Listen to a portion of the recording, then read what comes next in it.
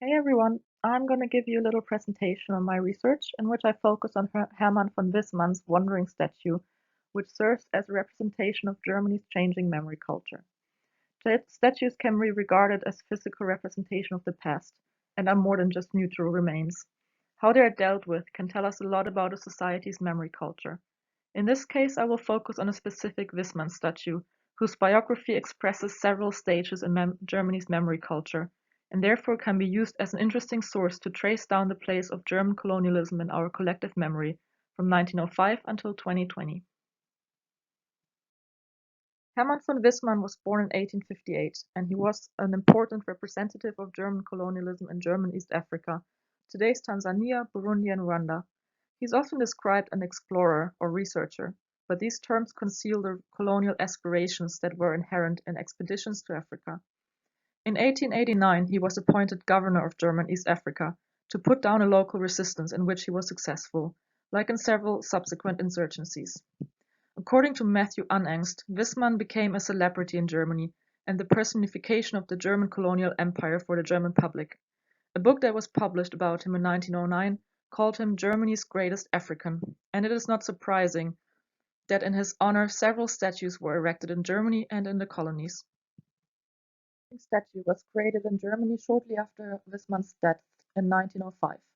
In 1909 the statue, measuring almost 5 meters, was brought to Dar es Salaam and erected on the Wissmann Square. It depicted Wissmann wearing a uniform and a pith helmet. At his feet was an askari, an African soldier under German command, holding the German flag above a dead lion and looking up to Wissmann. It shows Wissmann as having subjugated Africa's people and its wildlife, and an inscription on the pedestal called him a smart, courageous, and beloved governor. But this obviously didn't reflect the locals' view, but rather that of the German Empire, for which he had become an almost mythical idol. I found a book that describes the locals' view of the monument. The description still has to be read with certain caution because it was written down by a German settler. According to him, for the indigenous population, the monument depicted an incident when Wissmann was on a hunt and got attacked by a lion. Just in the last moment he was able to get on top of a rock, while the askari killed the lion and therefore saved Wissmann's life. In this view, the askari was the hero, and Wissmann was a coward. This can be seen as a kind of subversion, in a way that the locals appropriate the statue by giving it a new meaning. In this case, I unfortunately got confronted with the limits of Google Books because the book which referenced the source was available through Google Books, not through the library catalog. But unfortunately, the section with the footnotes was not included in the free preview, so I couldn't check the original source. I could just find this source in a reference. Germany had to give up its colonies after it was defeated in World War I. Great Britain brought the statue to London as a war trophy. It was kept in the Imperial War Museum's basement, but was never exhibited.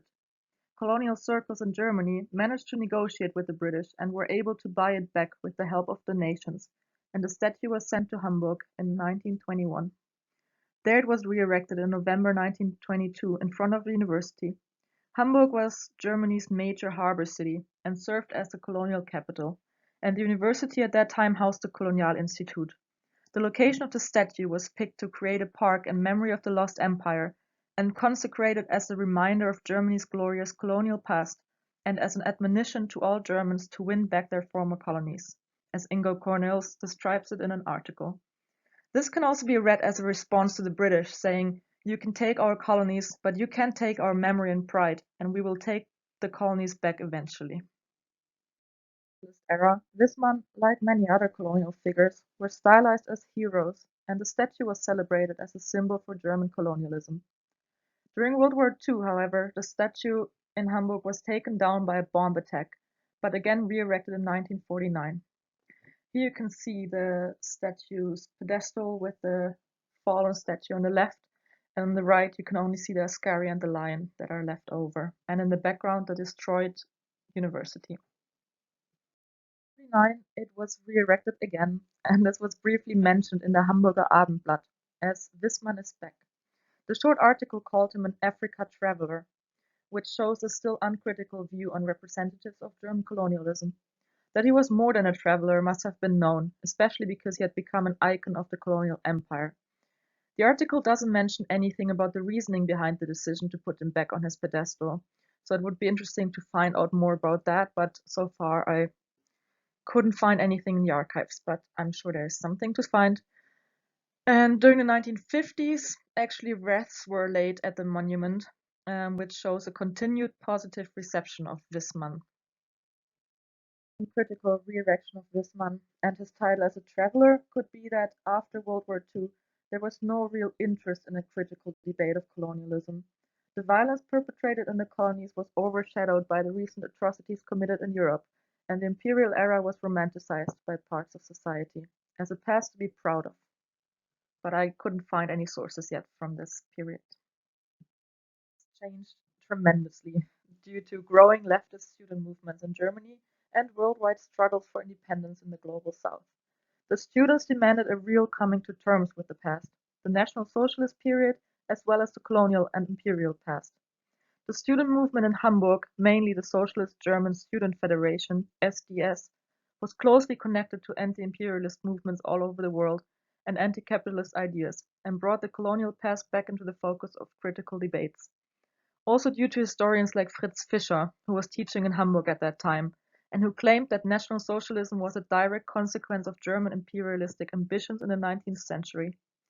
This thesis, amongst others that he presented in a book, stirred a huge debate, the so-called Fritz Fischer controversy, but this is another topic. A first attempt to get rid of the Wissmann statue, as well as that of Hans Dominik, who was also exhibited at the university and who was a colonial officer in Cameroon, was made in 1961 by demanding its removal from the university campus. Der Spiegel wrote that the argument made by the student group was that it was impertinent for the African fellow students on campus to march by these large statues of their former oppressors every day. The request to remove the statues was denied at first, and in the following years there were several attempts by the students to remove the statue themselves, for example with a copper saw. In 1967 they succeeded for the first time, but the university put the statue back on the pedestal. Only in 1968 they were successful in toppling the statue permanently. Very interesting sources regarding the student movements are available thanks to the Hamburg University research group Hamburg's Postcolonial Heritage online. These are interviews conducted in 2019 with some of the students that were part of the attempted and eventually successful removals of the statues. You can see here on the right some of these former students. And these sources are really great to work with to find out the individuals' motivations and to hear eyewitness perspectives of these events. Born during or after World War II, and therefore not part of the guilty generation for both the colonization of Africa and the rise of the Nazis, demanded a critical confrontation of both dark chapters in German history. Tearing down Wissmann's statue is a physical representation of the demand of removing colonial structures and legacies, in Germany as well as in the former colonies. It furthermore represented, I quote, international solidarity with liberation movements in the global south, quote, and as Arvid Mills, who was part of the SDS and part of the group that took down the statue, explains in an interview. Die Zeit reported the incident as storming of Wissmann, referring to the French Revolution and the storming of the Bastille, and gave a detailed account of the events. Also, a film team of one of Germany's major TV channels was there, but never released the footage because it was too political.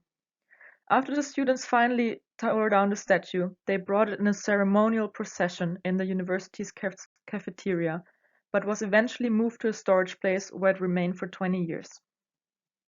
Light of day again after 20 years when he was integrated into a museum exhibition about masculinity. A change can be recognized from now on, as the statue was no longer exhibited, but just on its own, but contextualized and seen as a representation of the past, but not as a depiction of a colonial hero. In 2004 it was exhibited again, this time at the harbor in Hamburg as a performative art project. It was now presented as a counter-monument, a monument in memory of the victims of German colonialism, and was therefore given a new meaning, contrary to its initial meaning. It was also called a Nachdenkmalraum, playing with the German word for monument, which is Denkmal, Denken means thinking, Nachdenken means reflecting, and Nachdenkmalraum means kind of like reflection space. The project invited people to vote about what they thought should happen to the statue afterwards. Should it be kept on display, or removed, or even destroyed? Unfortunately, I haven't found out yet what the majority of the people voted for, but I will find out more about that. In 2017, the statue was eventually displayed in the exhibition on German colonialism in Berlin. This is what you can see on the picture. I find this way of displaying really interesting and cool because it represents its long and troubled history. You can see that it's like red and there's yellow graffiti on it, which was added while it was exhibited in the harbor in 2004. But I don't know if it was part of the art project to spray him or if it was just some random people that, yeah, thought it was funny to put some graffiti on him. I don't know exactly the backgrounds of this, but I think it's really an interesting aspect to display him like this in a museum exhibition and really representing its history, because he was toppled so many times from his pedestal and ended up in a basement and had really a long history. And probably Wissmann would turn around in his grave if he could see this, but yeah, he will never see it. So in this way, exhibiting him in a museum gives the proper room for contextualization, and it's exhibited as a representation of the past, without glorifying it in any way, but rather the opposite.